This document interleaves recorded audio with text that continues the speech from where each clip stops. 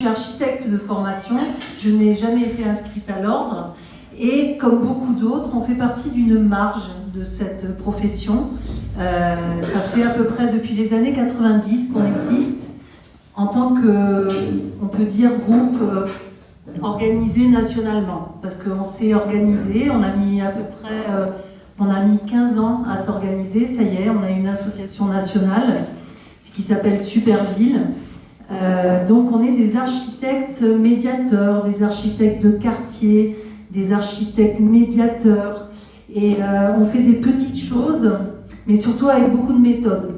Et donc je vais vous raconter une histoire en quelques minutes, en un quart d'heure à peu près, mais avant je voulais vous présenter donc l'association qu'on a fondée quand on était encore étudiante.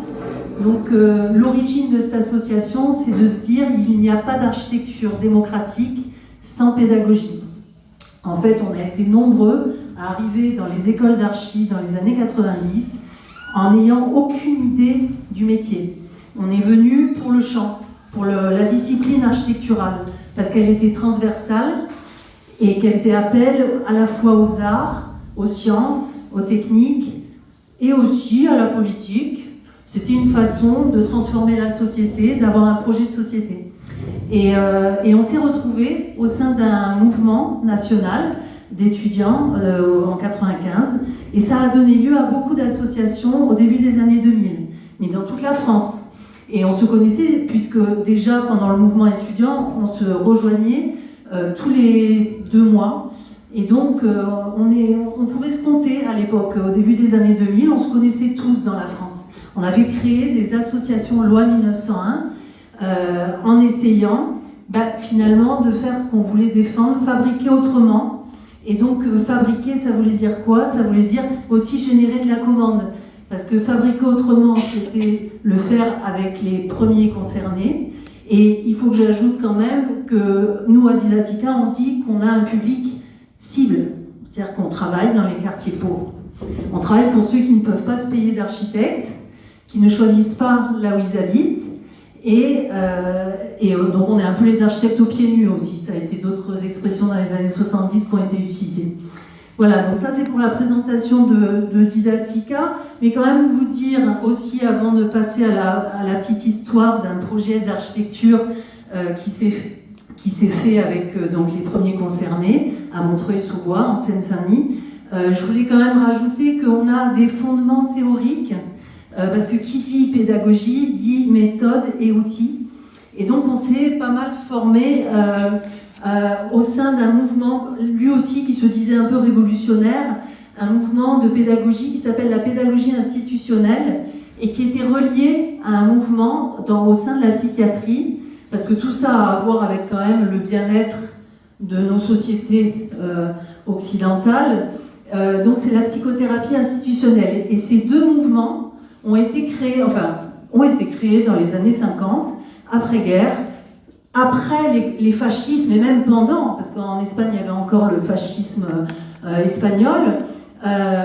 C'est des mouvements qui sont issus aussi de cette grande phase historique dans les mouvements d'éducation où on a un peu pris plus au sérieux la place de l'enfant. Donc par exemple les clubs de prévention faisaient partie de ce mouvement qui ont été créés dans les années 50. Les clubs de prévention, c'est les éducateurs de rue. C'est-à-dire c'est ceux qui ont inventé d'autres méthodes pour accompagner une jeunesse délinquante, dite délinquante. Et tout ça pour dire que ce mouvement-là, ils ont des théoriciens et il se trouve qu'ils nous parlent beaucoup d'espace. Ils nous parlent beaucoup du rôle aussi des symptômes ou ils appellent ça la normopathie, par exemple, le fait l'espace peut créer c'est pas du symptôme, là je retrouve pas le mot, mais c'est voilà, à un moment donné on a de la pathologie, voilà, on crée de la pathologie. Et donc ces psychiatres et ces pédagogues disaient en gros qu'ils faisaient le même boulot, puisque leur objectif c'était d'émanciper l'enfant ou le malade mental, de le rendre plus autonome, et l'outil principal c'était le collectif. C'est-à-dire que tous ces travailleurs du soin, ou de l'éducation, s'appuyer sur le collectif classe, le collectif au sein d'une clinique. Et nous, finalement, on s'est beaucoup inspiré de ces méthodes. Donc, si vous voulez aller voir plus loin, je pourrais toujours vous donner des références, mais le grand nom, c'est Jean Houry. C'est un psychiatre qui a fait un séminaire pendant 30 ans, comme Jacques Lacan, sauf que lui, c'était vraiment un psychiatre. Et il a dirigé une clinique pendant 50 ans. Voilà. Donc là, je vais vous passer à l'histoire d'un projet d'architecture qui se passe à Montreuil,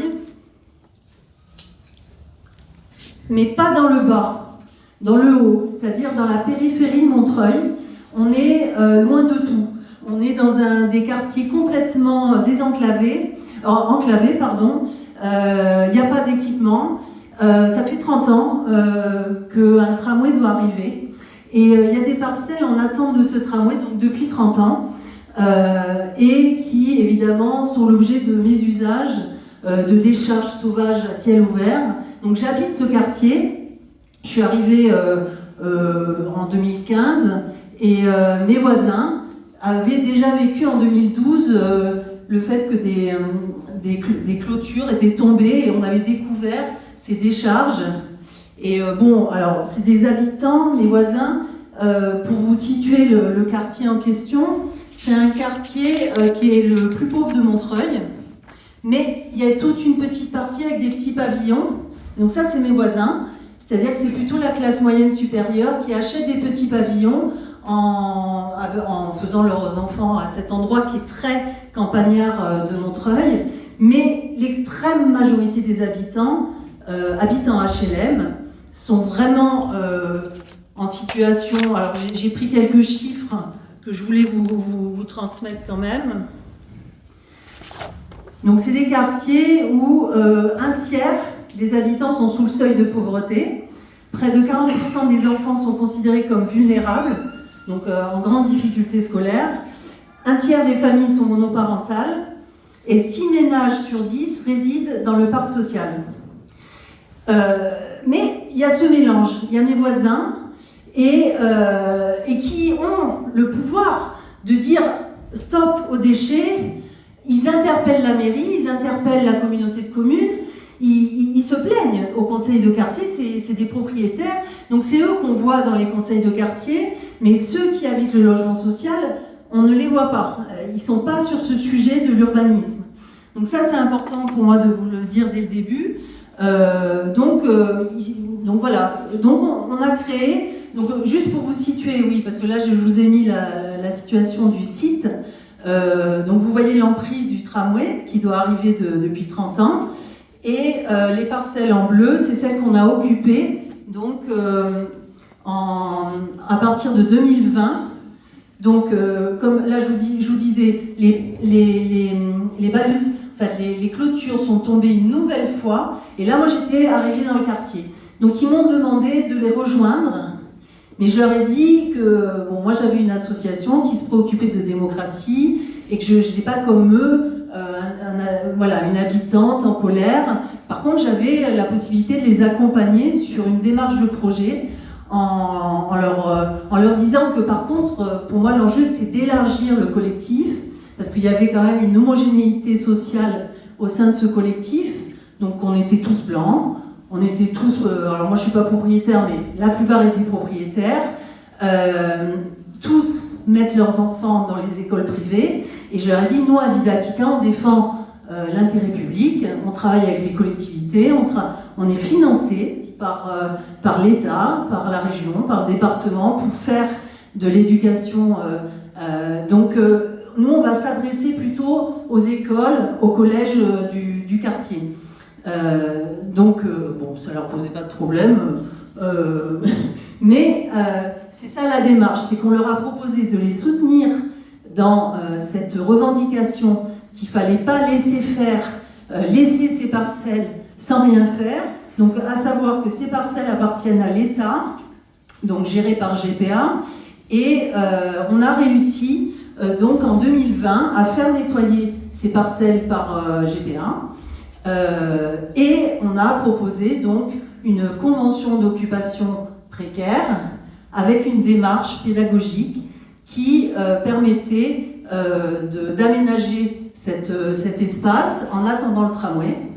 Et donc l'enjeu pour Didactica, c'était de dire, voilà, une grosse infrastructure comme un tramway, c'est une super occasion de former les futurs citoyens, la jeunesse du quartier, à l'aménagement, au cadre de vie, à la transformation, et même à la préfiguration de ce qui pouvait arriver, parce que ce tramway amène d'autres aménagements, ce qu'on appelle les abords du tramway. Alors la plupart des habitants propriétaires ont peur que des bâtiments arrivent et fassent de l'ombre dans le quartier et même perdent le côté campagnard de ce quartier. Bon, il se trouve que la ville de Montreuil et la communauté de communes Est Ensemble sont très engagés sur la question de préserver des espaces verts. Donc il n'y a pas trop de risques, mais quand même, on a des habitants vigilants là-dessus. Et donc nous, on a proposé ça. Et GPA, pour la première fois, a accepté qu'on occupe un de ces fonciers. En tout cas, c'était le service du foncier de GPA. C'était la première fois qu'ils entendaient parler de ça. Et ils ont accepté. Voilà. J'essaie d'aller vite. Donc voilà, on l'a appelé un tramway nommé Désir, puisque ce tramway est très désiré et très attendu. Mais ce qui s'est passé en 2020 aussi, c'est qu'on a su que ça avait été débloqué, les fonds avaient été débloqués. Enfin, la région et l'État s'étaient engagés sur un plan sur plusieurs années, donc c'était la bonne nouvelle. En fait, on pouvait faire un travail aussi sur se préparer à un chamboulement, une mutation urbaine. Alors, je vais passer vite là-dessus, parce que ça, c'est la première étape du projet. Un tramway nommé Désir, pour nous, c'est une première phase. C'était 2020-2021, donc c'est une année scolaire. En fait, nous, on se cale sur les enfants, puisqu'on travaille avec ces futurs citoyens. Et donc, on a travaillé avec 2 institutions. Et l'idée, c'est que les enfants vivent un projet d'architecture de A à Z, donc de la programmation, de la commande, de la définition d'un programme, jusqu'à la construction. Donc, il faut que ça tienne dans un an. Avec très peu de moyens, il faut que vous sachiez que dans ce genre de projet, sur un an, en 2020-2021, le projet a coûté 76 000 € à Didactica. En fait, on a réussi à avoir des subventions à hauteur de 76 000 €. Ce qui est, donc, ça, il faut que vous l'ayez en tête quand je vais vous raconter tout ce qu'on fait.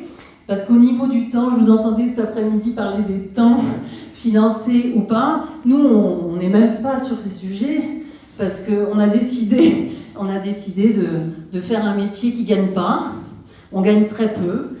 Moi, pour vous donner un exemple, je suis donc architecte des PLG, j'ai aussi fait un master de philosophie politique et j'ai même démarré une thèse que j'ai pas terminée, mais bon, je suis bac plus 8 quoi, en gros.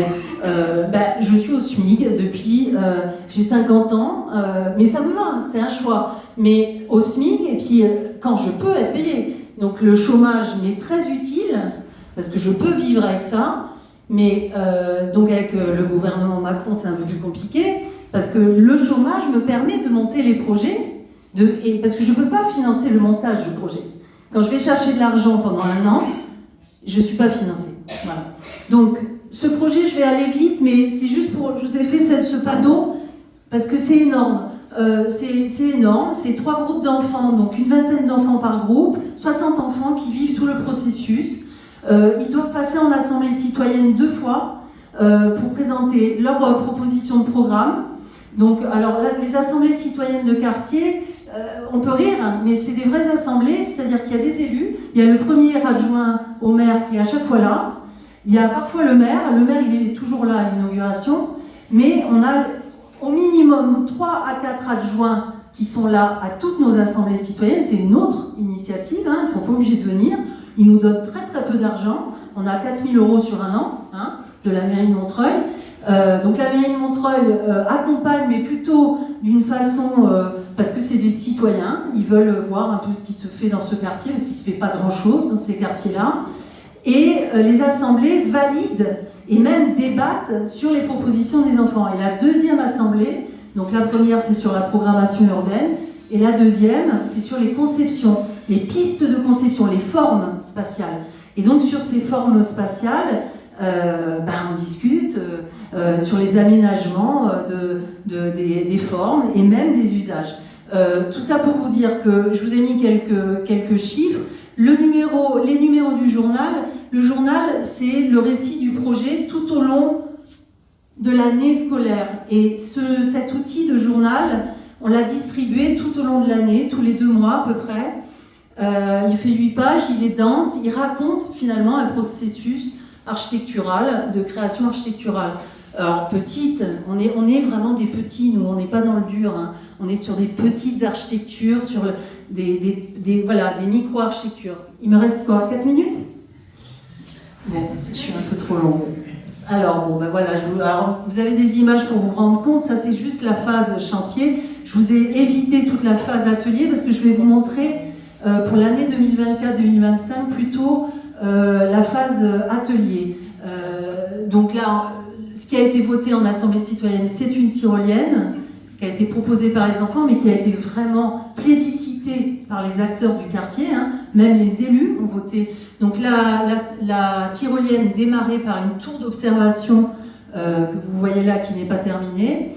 Donc on a aussi investi le parvis du collège, puisqu'on travaillait avec 2 classes, une classe de 6e et une classe de 3e. Donc là, vous avez que le résultat, mais pareil, en atelier et en chantier ouvert. Ça, c'est juste pour vous dire qu'en 2022, suite à cette première phase, on a aussi associé les enfants à une phase de communication du projet, puisque on pensait s'arrêter là, et donc il fallait dire aux gens, il y a une tyrolienne, il faut venir, il fallait communiquer sur ces nouveaux espaces. Et donc cette maquette qui a été réalisée par des enfants de 6 à 10 ans, a constitué un des éléments d'une exposition qui a été itinérante au cinéma, donc intercommunal de Montreuil, à l'école d'architecture de Paris-la-Villette, dans une fête de quartier et dans un autre lieu que j'ai oublié. Mais bon voilà, en gros elle a fait 4 lieux. On la voit, donc il y a une maquette et puis des panneaux. Et donc qu'est-ce qui se passe dans ce genre d'événement? C'est que les enfants sont là aussi au cœur de la communication. C'est eux qui font les discours. Alors bien sûr, moi je suis là pour présenter le cadre, mais les enfants témoignent de cette expérience à ceux à qui on communique ce genre de projet. Il y a eu un film aussi qui a été réalisé, on n'a pas encore travaillé sur la diffusion, donc je vous l'annonce, si ça vous intéresse, je peux vous envoyer un lien privé, parce qu'on va organiser des diffusions publiques. Donc ça, c'est pour l'année 2026. Et donc la deuxième phase, c'est appelé la bonne aventure du tramway. Et en fait, moi, j'avais pas envie de continuer. A priori, j'avais fait mon boulot, un tramway nommé Désir, une tyrolienne avait existé, le terrain était géré par le collectif d'habitants dont je vous ai parlé, mais il se trouve qu'ils ne le géraient pas. Ce collectif d'habitants, finalement, ils organisaient 2 fêtes par an, donc le collectif Ruffin Ensemble, et la tyrolienne, c'était fait pour les enfants, il fallait organiser des ouvertures régulières pour faire connaître ce lieu. Et j'ai fait ça pendant 2022, 2023, et heureusement une association du quartier a expérimenté un système éducatif sur ce terrain qui s'appelle le terrain d'aventure. Je ne sais pas si vous en avez entendu parler. C'est des nouvelles formes d'éducation populaire en direction de la jeunesse qui n'est nulle part, qui n'est pas dans les centres de loisirs, qui n'est pas dans les activités culturelles. En gros, c'est des enfants qui ne vivent que l'école et la famille.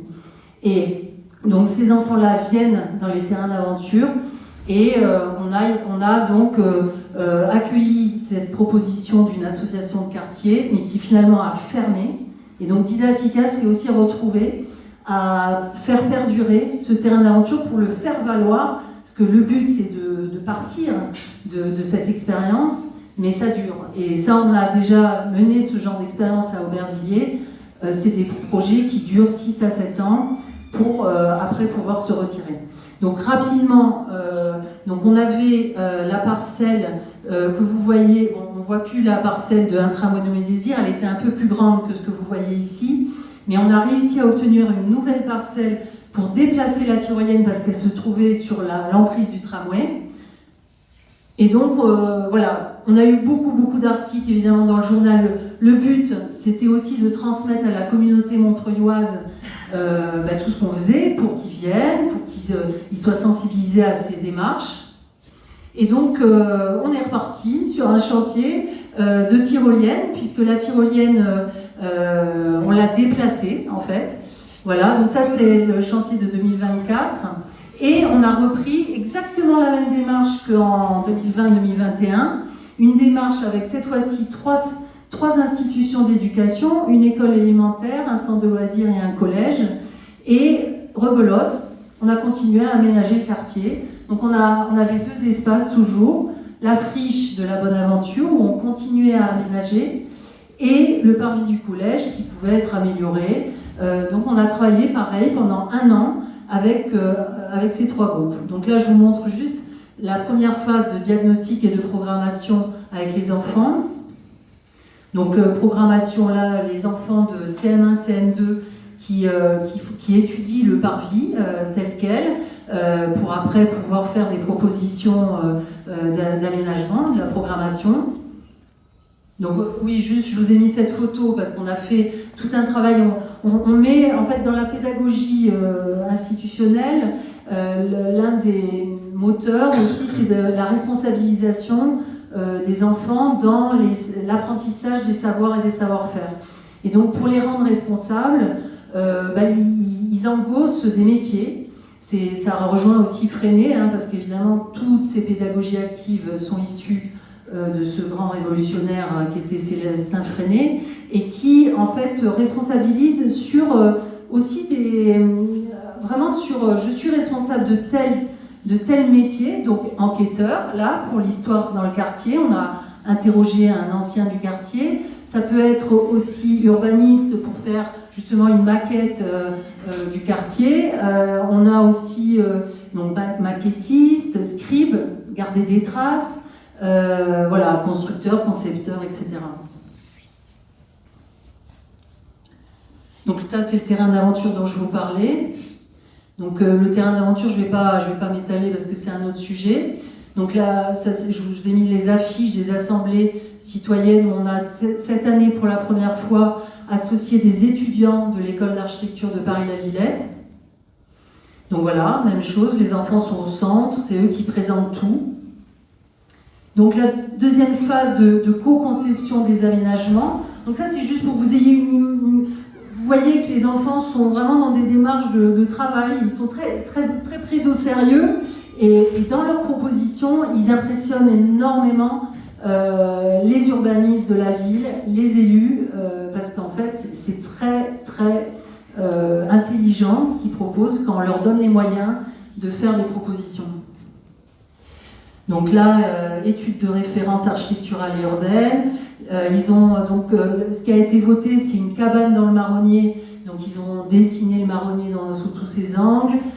Des pistes sur le parvis où là l'enfant cherche des niveaux de végétation pour se cacher, être plus intime. Bon, tout un travail paysager parce que dans l'équipe on avait un paysagiste aussi. Ce que j'ai pas dit, c'est que c'est des équipes lourdes, mais que de jeunes qui sont sous-payés. Donc on a des services civiques, mais qui sont très diplômés. On a donc après on a des jeunes architectes fraîchement diplômés, des paysagistes aussi. Donc voilà, proposition de la cabane dans le marronnier, préparation des discours pour l'assemblée. Donc là, la deuxième assemblée qui a permis de présenter les 2 projets sur les 2 espaces du quartier. En haut, c'est l'assemblée, donc où on a là, je vous ai dit, toujours pareil, 3 à 4 adjoints au maire, dont l'adjoint à l'urbanisme, qui est toujours là, et qui réagissent, c'est-à-dire qu'il y a vraiment de l'interaction, ça marche vraiment. Et en bas, là, cette année, on a travaillé avec le conseil de la vie collégienne. Alors, tous les collèges ne mettent pas en place un super conseil de la vie collégienne. Mais là, ça a été l'occasion, ils ont relancé ce conseil, et c'est un conseil élu pour que les collégiens s'emparent de la vie du collège et de la gestion de ce qui ne va pas. Et donc là, ils ont intégré au sein de leur réunion, donc là c'est une réunion, c'est un peu comme des ministres, ils sont obligés de manger en travaillant aussi, et du coup on leur présente ce qu'on avait présenté à l'Assemblée pour avoir leur avis sur les propositions. Donc suite à cette assemblée, on fait des ajustements de conception. Donc on a fait un travail sur des herbiers avec le paysagiste de l'équipe pour définir les différentes plantes. On a aussi visité un lieu à Montreuil qui est un peu un haut lieu des cabanes dans les arbres pour avoir des références. Et donc ça aboutit à la finalisation par un chantier. Donc là, c'est des abris de chantier qui ont été construits avec les enfants. Donc, le gros du travail du parvis a été le débitumage, puisqu'on a eu un gros projet paysager. Donc tout ça à main d'homme. Ça y est, c'est fini. Hein, et la cabane dans le marronnier, ben, même les fondations, donc là c'est des vis pour les poteaux de la cabane. On n'a pas fait toutes les vis avec eux, hein, je vous rassure, mais quand même ils ont pu comprendre les différentes étapes avec ces machines assez marrantes quand même, quand nous aussi on les découvrait d'ailleurs. Voilà, donc le parvis qui se débitume, qui commence à qui commence à se transformer. Donc le début d'une architecture, les enfants ont proposé un espace pour les filles. Et cet espace pour les filles a été voté en assemblée, mais on ne savait pas ce que c'était qu'un espace pour les filles. Donc dans la phase de conception, on est allé chercher des références, on a fait tout un travail, d'ailleurs il y aura une synthèse de ce travail, parce que pour le coup on s'est nous-mêmes formés à la place du genre dans l'espace public, et c'était très intéressant parce que les écoliers et les collégiens, les garçons n'étaient pas mal à l'aise du tout, et même par rapport aux stéréotypes qu'on a en France, vraiment il y avait les garçons défendaient des idées avec les filles, enfin ça se passait très très bien. Voilà, l'espace pour les filles qui continue. Donc là je vous montre juste l'ambiance, mais aussi les prises de risque. Faut savoir qu'on est une toute petite association, on a une assurance d'éducation populaire. Au sein de Superville, au niveau national, on se pose des questions d'assurance, parce qu'en fait, aucune assurance, en fait, on bidouille, hein, on bricole. Et là, on est en train un peu de se professionnaliser un peu mieux, parce que c'est vrai que les assurances, bon, c'est compliqué, parce qu'on n'est pas à l'ordre, enfin, on fait des petites choses, bon, voilà, mais on utilise quand même pas mal d'outils. Donc voilà, on a réussi à faire donc évidemment, on est aussi dans la peau de l'artisan. L'architecte se transforme artisan. Bon, ça, c'est aussi l'idée de l'expérience collective qui nous transforme, nous, la communauté locale. Un chantier, c'est absolument merveilleux pour créer du lien. Et on le fait surtout pour ça. Moi, c'est pas que j'ai toujours défendu la connaissance du manuel dans nos métiers d'architecte. Mais évidemment, ça ne veut pas dire qu'on ne reconnaît pas le rôle des artisans. Il y a un artisan qui a participé depuis 2020 à tout ce projet, qui est un designer, menuisier, qui nous a aidés. On a besoin d'aide, mais il est là de façon ponctuelle et nous, on fait le boulot au quotidien. Donc voilà, cette cabane a abouti. Alors ça, c'est un abri aussi qu'on a construit avec les enfants. Donc la cabane se faisait en même temps qu'un terrain d'aventure, donc les enfants n'étaient pas obligés de participer, ils pouvaient être là juste à regarder, donc même à essayer, la cabane en train de se faire. Et tout ça a abouti à une inauguration d'une cabane qui n'est pas finie. Comme vous pouvez le voir, il n'y a qu'une structure. Donc on la terminera, parce que ça, du coup, on n'a pas de... C'est nous les maîtres d'ouvrage, c'est nous les... En fait, on décide de tout, donc on a décidé de finir un an après. Donc on finira la cabane au printemps prochain, à savoir qu'ils ont vraiment défini la forme des parois, la forme de la toiture, la forme des ouvertures. Elle sera rouge, à pois multicolores, avec une toiture chapeau pointu, moldave, parce qu'on a une communauté moldave importante dans ce quartier, et on avait sorti des bouquins d'architecture moldave, et c'est un petit Français qui a travaillé sur la couverture et qui a choisi et qui a soumis sa proposition qui a été acceptée par tout le monde. Donc, dans ce genre d'événement, on a toute la petite communauté locale qui est là. Donc, les apprentis qui sont toujours au cœur de ce genre d'événement. Donc, c'est toujours très fort parce que les enfants sont porteurs d'une communauté locale. Et donc, on a les familles qui sont là avec tous les agents, les habitants. Et c'est vraiment un peu l'utopie d'une petite démocratie directe. Je dis ça, bon, c'est la beauté, hein, mais j'ai pas le temps de vous parler de... Il y a évidemment, je vous ai parlé de la précarité, mais c'est quand même ça le but, c'est cette émotion qu'on a quand les enfants sont porteurs d'un lien et d'une démocratie locale. Donc les adultes qui les écoutent, et voilà, et ça se termine par quand même des jolies petites architectures hétéroclites. Mais pour finir, je voulais vous dire aussi qu'on fait des films, on fait des livres à Didatica. Et comme je venais, je me suis dit, je vous ai amené un des livres qu'on a fait. On n'en a fait que 3, hein, en 25 ans.